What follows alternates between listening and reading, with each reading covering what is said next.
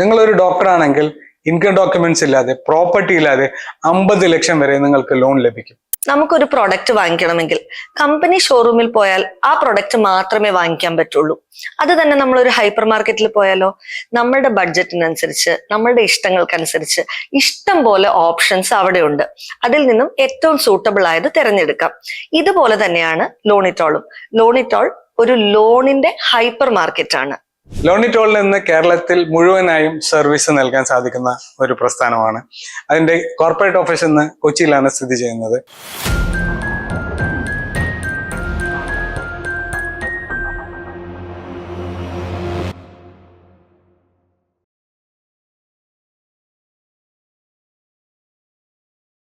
പ്രധാനമായും 2 സെഗ്മെന്റിലാണ് നമ്മൾ ലോണുകൾ ചെയ്യുന്നത്. ഒന്ന് റീറ്റെയിൽ ലോൺസും, രണ്ടാമത്തേത് ബിസിനസ്സുകൾക്കുള്ള MSME ലോൺസുമാണ്. ഇന്ന് നാം പ്രധാനമായും പറയുന്നത് റീറ്റെയിൽ ലോണുകളെ കുറിച്ചാണ്. റീറ്റെയിൽ ലോണുകൾ എന്ന് പറയുന്നത് ഇൻഡിവിജ്വൽ കപ്പാസിറ്റിയിൽ നമ്മളുടെ കറണ്ട് ഇൻകത്തിന് ബേസിസ് കിട്ടുന്ന ലോണുകളെയാണ് റീറ്റെയിൽ ലോൺസ് എന്ന് പറയുന്നത്.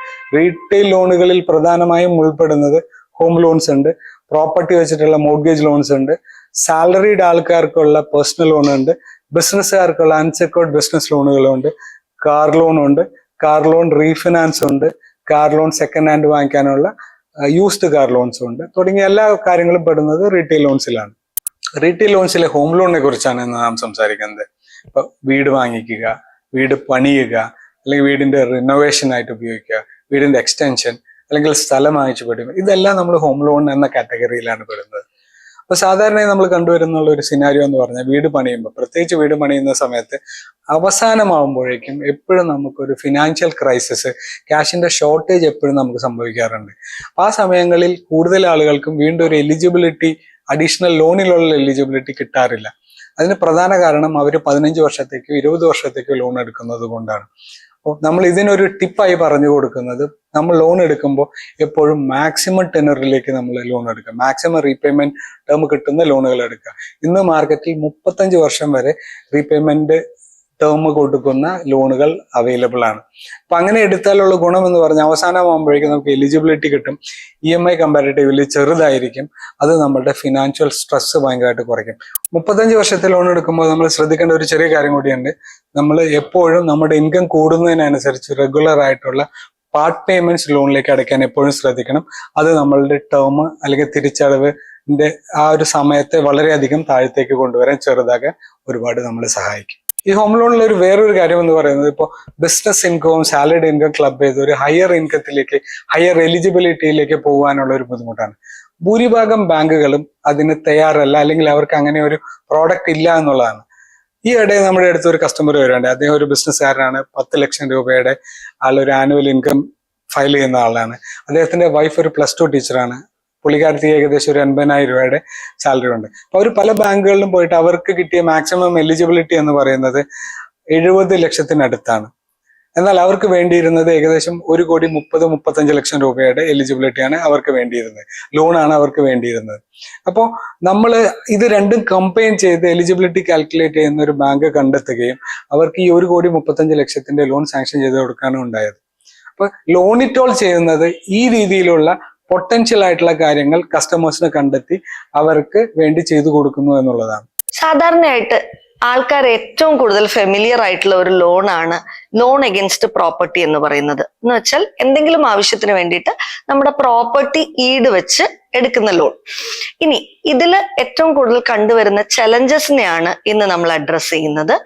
ഏറ്റവും ആദ്യത്തെ ചലഞ്ച് എന്ന് പറയുന്നത്, നോർമലി ഒരു ലാപ്പ് അല്ലെങ്കിൽ ലോൺ അഗൻസ്റ്റ് പ്രോപ്പർട്ടിക്കുള്ള ഏറ്റവും കൂടുതൽ ടെന്യൂർ ടേം എന്ന് പറയുന്നത് 15 കൊല്ലമാണ്. ജനറലി ഒരുവിധം എല്ലാ ബാങ്കുകളിലും 15 കൊല്ലത്തേക്കാണ് ലാപ്പ് കിട്ടുന്നത്.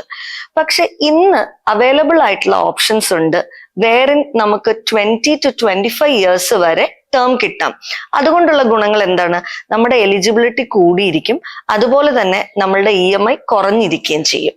രണ്ടാമത്തെ ഒരു ചലഞ്ച് എന്ന് പറയുന്നത്, നമ്മൾ ഈടായിട്ട് കൊടുക്കുന്ന പ്രോപ്പർട്ടിയിൽ എന്തെങ്കിലും ഒരു ബിൽഡിംഗ് ഉണ്ടായിരിക്കണം എന്നുള്ളതാണ് നോർമലി ബാങ്ക്സിന്റെ ആവശ്യം. പക്ഷെ പ്ലെയിൻ ലാൻഡ് വെച്ചും നമുക്ക് ഇന്ന് ലോൺ എടുക്കാം. അത് തന്നെ ഈ പ്ലെയിൻ ലാൻഡ് പഞ്ചായത്തിൽ പെടുകയാണെങ്കിൽ പോലും ഇന്ന് ലോൺ കിട്ടാനുള്ള സ്കീംസ് അവൈലബിൾ ആണ്. ഇനി പ്രോപ്പർട്ടി ലോണിലേക്ക് വരുമ്പോൾ നമുക്ക് ഏറ്റവും കൂടുതൽ അതായത് പ്രോപ്പർട്ടിയുടെ 50-60% ആണ് നമുക്ക് സാധാരണഗതിയിൽ ലോൺ ലഭിക്കുക. അത് തന്നെ നമുക്ക് ഇന്ന് 80% വരെയും പോവാനുള്ള സ്കീംസ് അവൈലബിൾ ആണ്. ഇനി 80യും അല്ല, 100%ഓ 100%ന് മേളിലോ നമുക്ക് പ്രോപ്പർട്ടിക്ക് അഗേൻസ്റ്റ് ആയിട്ട് ലോൺ ലഭിക്കാനുള്ള സ്കീംസും അവൈലബിൾ ആണ്. പക്ഷെ അതിനൊരു കണ്ടീഷൻ ഉണ്ട്. നമ്മുടെ ക്രെഡിറ്റ് ഹിസ്റ്ററി നല്ല സോളിഡ് ആയിരിക്കണം. അതുപോലെ തന്നെ സോളിഡ് ആയിട്ടുള്ള ഫിനാൻഷ്യൽ ഡോക്യുമെന്റ്സും നമ്മുടെ പക്കൽ ഉണ്ടായിരിക്കണം. ഇതുപോലുള്ള എന്തെങ്കിലും ചാലഞ്ചസ് നിങ്ങൾ എൻകൗണ്ടർ ചെയ്യുകയാണെങ്കിൽ ലോണിറ്റോൾ ഉണ്ട് നിങ്ങളെ ഹെൽപ്പ് ചെയ്യാൻ. എന്താണ് അൺസെക്യൂർഡ് ബിസിനസ് ലോൺ എന്ന് പറയുന്നത്? സാധാരണ ഒരു ബിസിനസ്സുകാരനെ സംബന്ധിച്ച് ഏറ്റവും വലിയ റിസ്ക് എന്ന് പറയുന്നത് അവർക്ക് ലോൺ എടുക്കാൻ അവർക്ക് സെക്യൂരിറ്റി ഇല്ല, അതായത് സെക്യൂരിറ്റി കൊടുക്കാനായിട്ട് ഒരു പ്രോപ്പർട്ടി ഇല്ല എന്നുള്ളതാണ് അവരുടെ ഏറ്റവും വലിയ ചലഞ്ച്. അങ്ങനെയുള്ള ആൾക്കാർക്ക് ഏറ്റവും ഉതകുന്ന ഒരു ലോണാണ് അൺസെക്യൂർഡ് ബിസിനസ് ലോൺ. പ്രോപ്പർട്ടി ഇല്ലാതെ ടേൺ ഓവർ ബേസിസിന്റെ മുകളിലോ അല്ലെങ്കിൽ നെറ്റ് ഇൻകത്തിന്റെ ബേസിസിലോ അല്ലെങ്കിൽ ആവറേജ് ബാങ്ക് ബാലൻസിന്റെ ബേസിസിലോ ലഭിക്കുന്ന സെക്യൂരിറ്റി വേണ്ടാത്ത ഒരു ലോണിനെയാണ് നമ്മൾ അൺസെക്യൂർഡ് ലോൺ എന്ന് പറയുന്നത്. സാധാരണയായി ഒരു MSME ലോണുകളാണ് ബിസിനസ് ലോണുകളിൽ ഉൾപ്പെടുന്നത്. MSME ലോണിന്റെ ഏറ്റവും വലിയൊരു പ്രത്യേകത എന്ന് നാം പറയുന്നത് MSME ലോണുകൾ എടുക്കുമ്പോൾ അതിന്റെ എൻഡ് യൂസ് ഭയങ്കരമായിട്ട് ട്രാക്ക് ചെയ്യപ്പെടുന്നു എന്നുള്ളതാണ്. ഫോർ എക്സാമ്പിൾ പറയുകയാണെങ്കിൽ നമ്മളൊരു മിഷനറി വാങ്ങിക്കുകയാണെങ്കിൽ ആ മിഷനറിയുടെ പേയ്മെന്റ് പോകുന്നത് ആരുടെ കയ്യിൽ നിന്നാണോ വാങ്ങിക്കുന്നത് ആ വെണ്ടറിനാണ്. അല്ലെങ്കിൽ ഒരു ബിൽഡിംഗ് പണിയാണെങ്കിൽ ബിൽഡിങ്ങിന്റെ കോൺട്രാക്ടറിനോ അല്ലെങ്കിൽ അതിന്റെ മെറ്റീരിയൽ വാങ്ങിക്കുന്ന ആളുകൾക്കാണ്. എന്നാൽ അൺസെക്യൂർഡ് ബിസിനസ് ലോണിൽ അത് ആരാണോ ആ ലോൺ എടുക്കുന്നത് അവരുടെ അക്കൗണ്ടിലേക്കാണ് ആ ഫണ്ട് വരുന്നത്. അതുകൊണ്ട് തന്നെ ആ ഫണ്ട് സ്പെൻഡ് ചെയ്യാനുള്ള ഫ്ലെക്സിബിലിറ്റി കുറച്ചും കൂടി കൂടുതലാണ്. അൺസെക്യൂർഡ് ബിസിനസ് ലോണിന്റെ എലിജിബിലിറ്റി ക്രൈറ്റീരിയ എന്ന് പറയുന്നത് നമുക്ക് മിനിമം 1 കോടിയെങ്കിലും ടേൺ ഓവർ വേണമെന്നുള്ളതാണ്. രണ്ടാമതായി പറയപ്പെടുന്നത് 3 വർഷമെങ്കിലും നമുക്ക് ബിസിനസ്സിൽ എക്സ്പീരിയൻസ് വേണം, അല്ലെങ്കിൽ ബിസിനസ് വിൻറ്റേജ് വേണമെന്നുള്ളതാണ്. ഇനി ഈ ടേൺ ഓവർ കുറച്ച് കുറഞ്ഞാലും കുഴപ്പമൊന്നുമില്ല, നമുക്ക് അതിന് ഉതകുന്ന അല്ലെങ്കിൽ അതിനാവശ്യമായ ബാങ്കിങ് ട്രാൻസാക്ഷൻ ഉണ്ടാകുകയും ബാങ്കിങ് ആവറേജ് ഉണ്ടാവുകയും ചെയ്താലും നമുക്ക് business loan eligibility criteria meet ചെയ്യാവുന്നതാണ്. ഇനി ഇതിന്റെ ഒരു റേറ്റ് ഓഫ് ഇൻട്രസ്റ്റ് എന്ന് പറഞ്ഞാൽ സാധാരണ റേറ്റിനേക്കാളും കുറച്ച് കൂടുതലാണ്. ഒരു 16% മുതലാണ് ഇത് സ്റ്റാർട്ട് ചെയ്യുന്നത്. പക്ഷെ എങ്കിൽ പോലും മാർക്കറ്റിൽ അവൈലബിൾ ആയിട്ടുള്ള മോസ്റ്റ് ഓഫ് ദ കേസസ് നമുക്കൊരു 18-നും 19-നും ഇടയ്ക്കാണ് ഇതിന്റെ റേറ്റ് വരുന്നത്. നമുക്ക് ലോൺ എമൗണ്ട് ആണെങ്കിൽ 2 കോടി വരെ ഒരു പ്രോപ്പർട്ടി ഇല്ലാതെ അൺസെക്യൂർഡ് ബിസിനസ് ലോൺ പോകാൻ പറ്റും, പ്രൊവൈഡഡ് നിങ്ങൾക്ക് അതിനുള്ള ടേൺ ഓവർ ഉണ്ടെങ്കിൽ. നിങ്ങൾക്ക് ഏറ്റവും കേട്ട് പരിചയമുള്ള ഒരു പേരാണ് പേഴ്സണൽ ലോൺ എന്ന് പറയുന്നത്. അതായത് ഈടില്ലാതെ സാലറിയുടെ മാത്രം ബേസിസിൽ നമുക്ക് കിട്ടുന്ന ലോണാണ് പേഴ്സണൽ ലോൺ. പേഴ്സണൽ ലോൺ കിട്ടണമെങ്കിലുള്ള ക്രൈറ്റീരിയാസ് ആണ് ഞാൻ അടുത്തതായിട്ട് പറയുന്നത്. ഏറ്റവും ആദ്യത്തത്, നമ്മൾക്ക് 25,000-ന് മേളിലെങ്കിലും സാലറി ഉണ്ടായിരിക്കണം. രണ്ടാമത്തത്, നമ്മൾ വർക്ക് ചെയ്യുന്ന കമ്പനി ഒരു ലിസ്റ്റഡ് കമ്പനി ആയിരിക്കണം. അതായത് ബാങ്കിന്റെ ഒരു ലിസ്റ്റഡ് കമ്പനീസിന്റെ ഒരു ഗ്രൂപ്പ് ഉണ്ട്, അതിൽ പെടുന്ന ഒരു കമ്പനിയിലായിരിക്കണം നമ്മൾ വർക്ക് ചെയ്യുന്നത്. മൂന്നാമതായിട്ട്, നമ്മൾക്ക് നല്ല ക്രെഡിറ്റ് ഹിസ്റ്ററി ഉണ്ടായിരിക്കണം.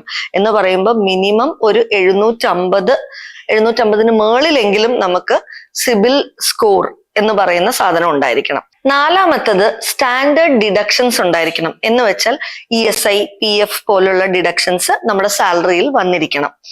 ഇനി ഇതിന്റെ ഏറ്റവും നല്ല റേറ്റ്, അതായത് ഏറ്റവും ബെസ്റ്റ് റേറ്റ് പേഴ്സണൽ ലോണിന് എന്ന് പറയുന്നത് ഒരു 10.5 ആണ്. 11-ന് താഴെയുള്ള റേറ്റ് എല്ലാം നല്ല റേറ്റ് ആണ്. 10.5 സ്റ്റാർട്ടിംഗ് റേറ്റ് ഉണ്ട് ഇപ്പൊ പേഴ്സണൽ ലോണിന്.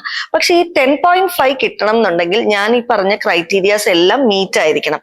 ഇതിൽ എന്തെങ്കിലും ചെറിയ തരത്തിലുള്ള ഡീവിയേഷൻസ് ഉണ്ടെങ്കിൽ നമ്മളുടെ റേറ്റ് ഓഫ് ഇൻട്രസ്റ്റ് ഈ പറഞ്ഞിരിക്കുന്നതിൽ നിന്നും കൂടിയിരിക്കും.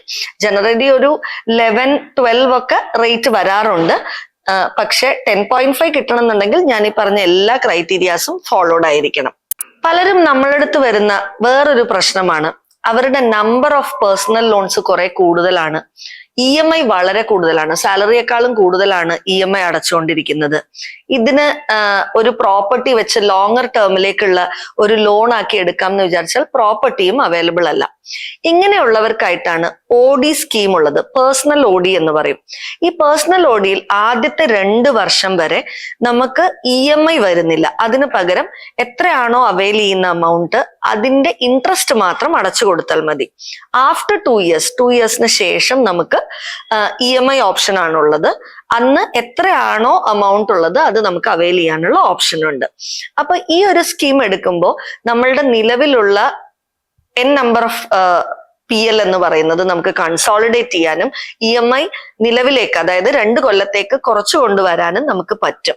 ഇതിലൂടെ നമുക്ക് കുറച്ചുകൂടി ഫിനാൻഷ്യലി സ്റ്റേബിൾ ആവാം. ഫിനാൻഷ്യലി സ്റ്റേബിൾ ആയി കഴിഞ്ഞ ശേഷം നമുക്ക് EMI കണ്ടിന്യൂ ചെയ്ത് ഇത് തീർക്കുകയും ചെയ്യാം. ഇതൊരു നല്ല ഓപ്ഷനാണ്. ബിസിനസ് ലോണോട് ചേർത്ത് പറയേണ്ട ഒരു കാര്യമാണ് കാർ റീഫിനാൻസ്. ഇന്ന് നമ്മുടെ കാറിന്റെ വാല്യൂവിന്റെ ഇരട്ടി വരെ ലോൺ കിട്ടാനായിട്ടുള്ള പോസിബിലിറ്റി മാർക്കറ്റിലുണ്ട്. സപ്പോസ് നിങ്ങൾക്ക് പൈസയ്ക്ക് ആവശ്യമുണ്ട്, നിങ്ങളുടെ കയ്യിൽ ഒരു ലോൺ തീർന്ന കാറുണ്ട്, 10 വർഷത്തിൽ താഴെയാണ് അതിന്റെ പഴക്കമെങ്കിൽ ആ കാറിന്റെ വാല്യുവേഷന്റെ ഇരട്ടി നിങ്ങൾക്ക് ലോണായി ലഭിക്കും. നിങ്ങളുടെ ആവശ്യങ്ങൾക്ക് അത് ഉപകരിക്കുകയും ചെയ്യും. സാധാരണ ബിസിനസ് ലോണോട് ചേർത്ത് പറയേണ്ട ലോണാണ് ഡോക്ടേഴ്സിന്റെ സർട്ടിഫിക്കറ്റ് പ്രോഗ്രാം. ഇൻകം പ്രൂഫുകളൊന്നുമില്ലാതെ, പ്രോപ്പർട്ടി ഡോക്യുമെന്റ്സ് ഇല്ലാതെ, വെറും എക്സ്പീരിയൻസും സർട്ടിഫിക്കറ്റിന്റെയും മാത്രം ക്വാളിഫിക്കേഷന്റെയും മാത്രം രൂപത്തിൽ കൊടുക്കുന്ന ഒരു ലോണിനെയാണ് നാം സർട്ടിഫിക്കറ്റ് പ്രോഗ്രാം എന്ന് വിളിക്കുന്നത്. ഒരു MBBS ഡോക്ടറിന് 5 വർഷത്തെ എക്സ്പീരിയൻസ് ഉണ്ടെങ്കിൽ 10 ലക്ഷം വരെ ഒരു കൊളാറ്ററലും ഇല്ലാതെ, ഒരു ഇൻകം പ്രൂഫും ഇല്ലാതെ നമുക്ക് നൽകാൻ സാധിക്കും. അത് തന്നെ ഒരു 10 വർഷത്തിന്റെ എക്സ്പീരിയൻസ് ആയാൽ അദ്ദേഹത്തിന് നമുക്ക് 35 ലക്ഷം വരെ അൺസെക്യൂർഡ് ആയിട്ട് ലോൺ നൽകാൻ സാധിക്കുന്നതാണ്. അദ്ദേഹത്തിന് ഒരു ഡിപ്ലോമയോ MDയോ ഉണ്ടെങ്കിൽ ഒരു 50 ലക്ഷം വരെ നോൺ കൊളാറ്ററൽ ആയിട്ട് നമുക്ക് ലോൺ നൽകാൻ സാധിക്കുന്നതാണ്. ഒരു MD ഡോക്ടർ ആണെങ്കിൽ ക്വാളിഫിക്കേഷന്റെ കാര്യത്തിൽ MD ഉണ്ടെങ്കിൽ എക്സ്പീരിയൻസിന്റെ കാര്യത്തിൽ ബാങ്കുകൾക്ക് അത്ര നിർബന്ധം ബുദ്ധിയില്ല. അവർക്കും 50 ലക്ഷം വരെ നമുക്ക് ഈസിയായി നൽകാൻ സാധിക്കുന്നതാണ്. ആപ്പ് ലോൺ എടുത്ത് ആപ്പിലായവരുടെ കഥ നമ്മൾ എന്നും പത്രത്തിൽ വായിക്കുന്നതാണ്. എന്താണ് ആപ്പ് ലോണുകളുടെ പ്രശ്നം? ഏറ്റവും പ്രധാനപ്പെട്ട പ്രശ്നം എന്ന് പറയുന്നത് ഇതിനൊരു കോണ്ടാക്ട് പോയിന്റ് അല്ലെങ്കിൽ ഒരു കോണ്ടാക്ട് ഓഫീസ് ഇല്ല എന്നുള്ളതാണ്. അതുകൊണ്ട് തന്നെ എന്തെങ്കിലും ഒരു സർവീസ് ഇഷ്യൂസ് ഉണ്ടായാൽ ആരെയാണ് നമ്മൾ കോണ്ടാക്ട് ചെയ്യുക? രണ്ടാമത്തെ ഒരു ഇഷ്യൂ എന്ന് പറയുന്നത് ഇത് purely based on credit score ആണ്. അതുകൊണ്ട് തന്നെ ഇൻകം അസസ്മെന്റ് ഒന്നും അവിടെ നടക്കുന്നില്ല. അപ്പൊ പലപ്പോഴും നമ്മൾ കണ്ടുവരുന്നത് പലപ്പോഴും സാലറിയെക്കാളും കൂടുതലായിരിക്കും ഈ ആപ്പ് ലോണിന്റെ EMI എന്ന് പറയുന്നത്. അതുകൊണ്ട് തന്നെ ഗ്രാജുവലി നമ്മളുടെ ക്രെഡിറ്റ് സ്കോർ ബാധിക്കപ്പെടും. ഭാവിയിൽ നമുക്ക് കിട്ടാനുള്ള ലോൺ എമൗണ്ടിന്റെ എലിജിബിലിറ്റിയും അതുകൊണ്ട് തന്നെ കുറയും. ആക്ച്വലി ലോൺ എമൗണ്ട് കിട്ടാനുള്ള പോസിബിലിറ്റി തന്നെ ഇല്ലാതെയാവും എന്നുള്ളതാണ്. ഇനി ഇതെങ്ങനെയാണ് നമുക്ക് തരണം ചെയ്യാൻ പറ്റുക? ഒരു 5 ആപ്പ് ലോൺ വരെയും കൺസോളിഡേറ്റ് ചെയ്യാനുള്ള ഓപ്ഷൻസ് ഇന്ന് നിലവിലുണ്ട്. അതുപോലെ തന്നെ 5 ക്രെഡിറ്റ് കാർഡ് ഔട്ട്സ്റ്റാൻഡിങ്ങും കൺസോളിഡേറ്റ് ചെയ്യാൻ ഇന്ന് നമുക്ക് പറ്റും. പക്ഷെ 5ൽ കൂടുതലാണ് നിങ്ങളുടെ ആപ്പ് ലോൺ എങ്കിൽ എത്രയും പെട്ടെന്ന് ആ ആപ്പ് ലോണുകൾ കുറച്ചു കൊണ്ടുവന്ന് 5 എണ്ണമോ അതിൽ കുറവോ ആക്കുക. അതിന്റെ കൺസോളിഡേഷൻ, അതായത് PL കൺസോളിഡേഷൻ നമുക്ക് ഇന്ന് പോസിബിൾ ആണ്. അതിന് നിങ്ങൾക്ക് ലോണിറ്റോളിന് ഹെൽപ്പ് ചെയ്യാൻ പറ്റും. നിങ്ങൾക്ക് ഇതുമായി ബന്ധപ്പെട്ട് എന്ത് സംശയമുണ്ടെങ്കിലും നിങ്ങളെ ഹെൽപ്പ് ചെയ്യാൻ ലോണിറ്റോളും ലോണിറ്റോളിന്റെ എൻറ്റയർ ടീമും ഉണ്ട്. എന്തുണ്ടെങ്കിലും നിങ്ങൾക്ക് വിളിക്കാം ലോണിറ്റോളിലേക്ക്. Thank you. പ്രിയരെ, കടുകുമണിയുടെ വീഡിയോകൾ ഇഷ്ടമായാൽ കൂടെ ഉണ്ടാവുന്നു.